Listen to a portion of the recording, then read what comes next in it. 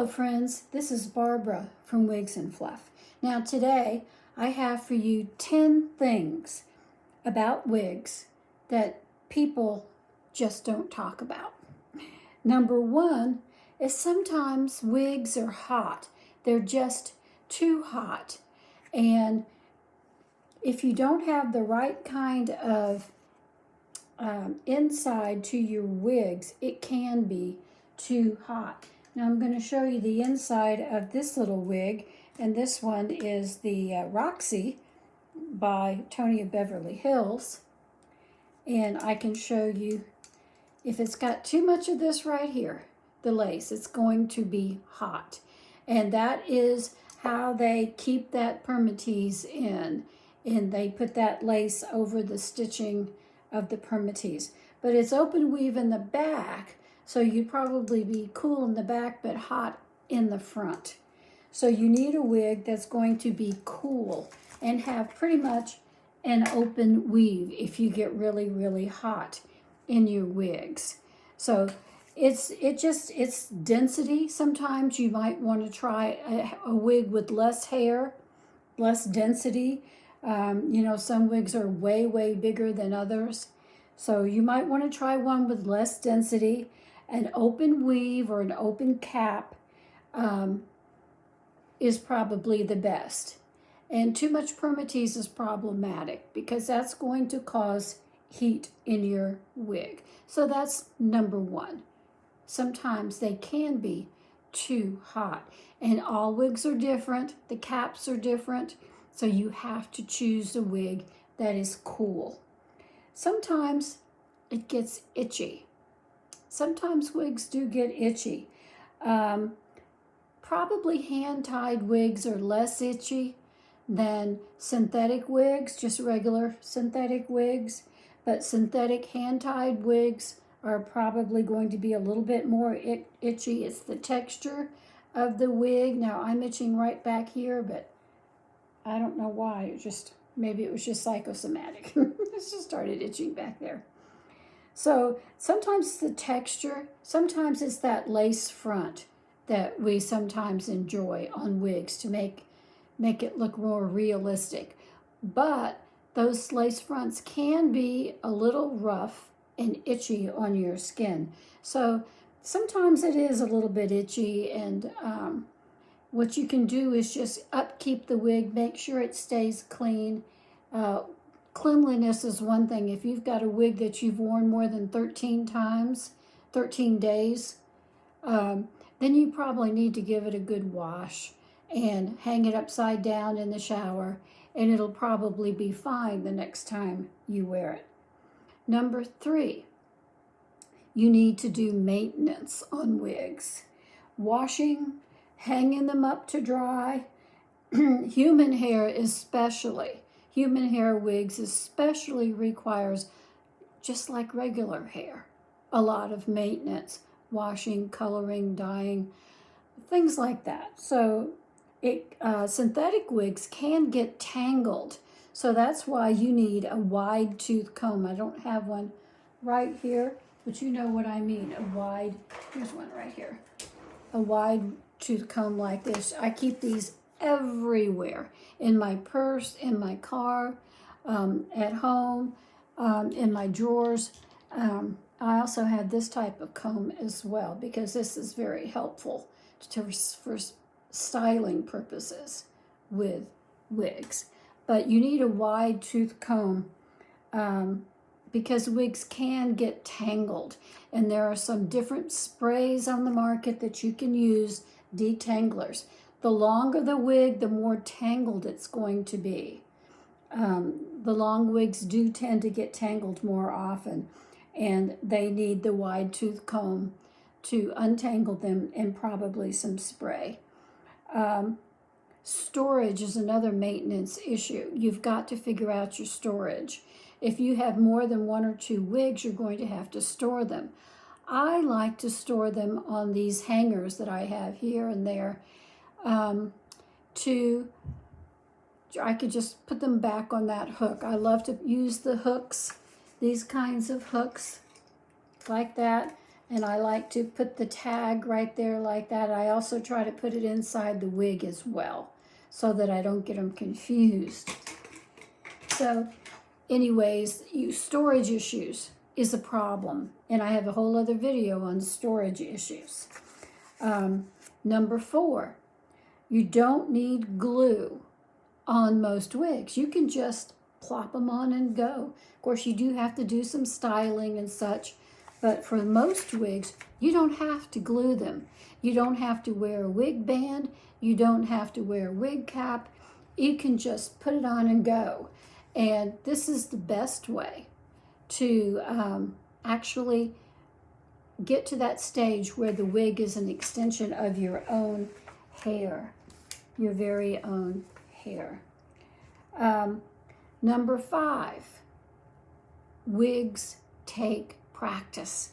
It takes practice and patience to style. And styling is kind of the fun part. And this is where you need one of these combs, especially on the shorter styles. It comes in really, really handy. But you can take a really cheap wig from Amazon, the $20 variety, the no-name was what I call them, and you can put that on if it's got a decent cap to it. Some of them just don't even have a decent cap. But if you've got one that's got a decent cap and that you can wear, you can take that from a bad style to a good style if you put a little patience and practice into it. It's the fun part. So you can just take a cheap wig, a $20 wig, and make it look great on your head. So number 6, it takes courage to wear wigs. Even for especially for first-time wig wearers, it takes courage. I always tell people, go to a town not far from you, just up the road where you don't know anyone and haven't met anybody up that way much. Go up there and just walk around, do some shopping, go from place to place and see if anybody notices. I guarantee you nobody's going to notice. Nobody will notice that you're wearing a wig. So it takes courage, and you have to build up to that step by step. And sometimes it does take a week, maybe 2, to get used to wearing it. First, you go out and get confidence out in that town, and then you come home and wear it at home around your family. Don't wear it at home around your family first, because people are just going to be silly and they're going to make fun.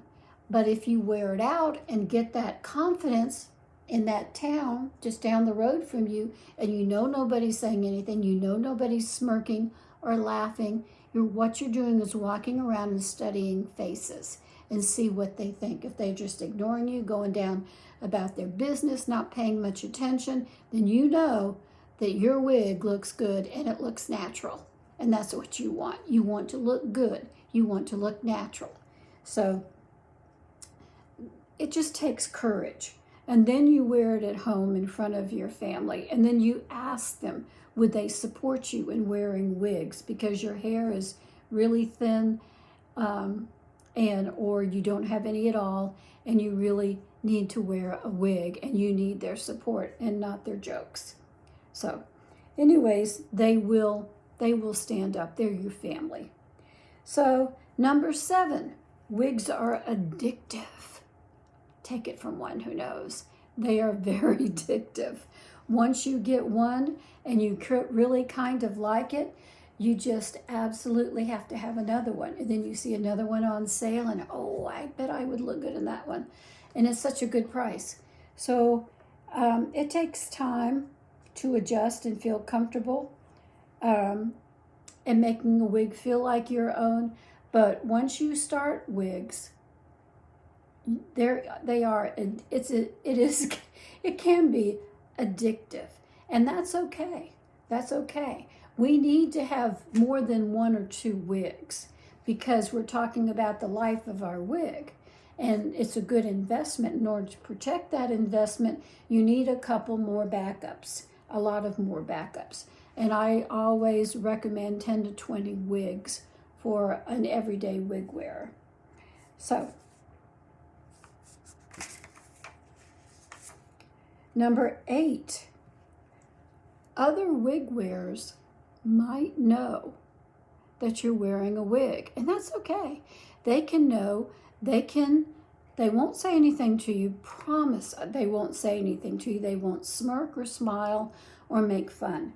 But other wig wearers may know. But other people will have no clue that you're wearing a wig. I could go into the Kroger, to Starbucks, to the shoe store, to Hobby Lobby, or anywhere else, and I could walk around and nobody would know that this is a wig. Nobody would have any clue. Absolutely, they would not. Number 9, wigs are going to look different on you than the stock photo. Never get fooled by that stock photo. Always have a list in your mind of what you want. My list is I need a little bit of height, I need fluffy bangs, and I really like it to come down about 2.5 inches in the back, and I like a little bit of puff on the side. So those are just things that I think look attractive on my round face. Know your face, know what shape it is, and know what looks good on you, because what you see in a stock photo is going to look different on you. So keep that in mind. Height affects it. Face shape affects it. Lots of different things affects how that wig is going to look on you. The shape of your head, the size of your head is going to make a difference as well. All right, number 10 and the last one, wigs can cause headaches. Wigs can cause headaches.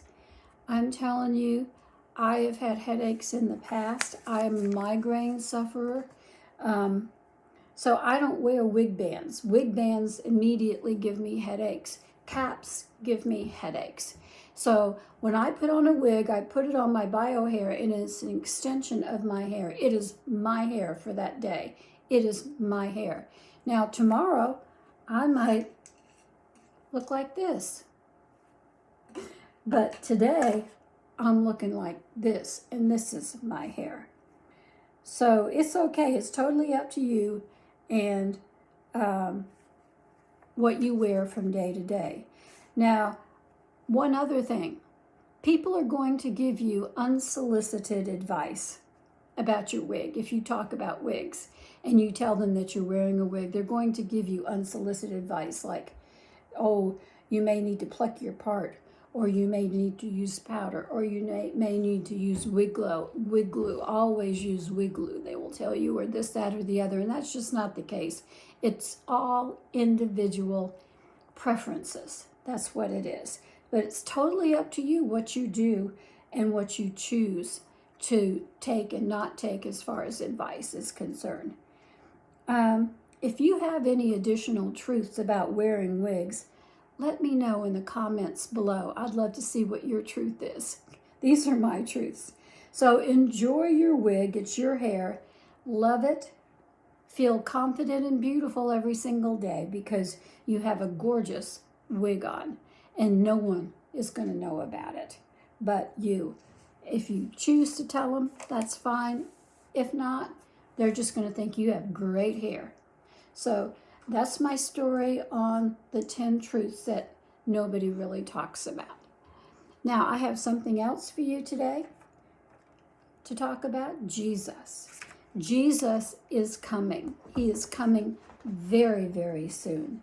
Prepare yourself by being ready. Make certain that you're saved, that you know Jesus. Be aware, be wary of false teachers and prophets. We have a lot of them right now. So be wary. Know your Bible. That's how you guard against false prophets. Read your Bible and know it. The next thing is to read the Bible and pray. And we do that to get closer to Jesus, to have a better, more intimate relationship with him. Develop that relationship with him and go to church. Go to church every Sunday, either online or in person, but attend church every week. Tell others about Jesus. Share your faith. and share your story. It's important that you do. Remember, he says, if you confess with your mouth that Jesus is Lord and believe in your heart that God saved him from the dead, that raised him from the dead, you will be saved. So be watchful, look to the heavens, because Jesus is coming back really soon, really soon.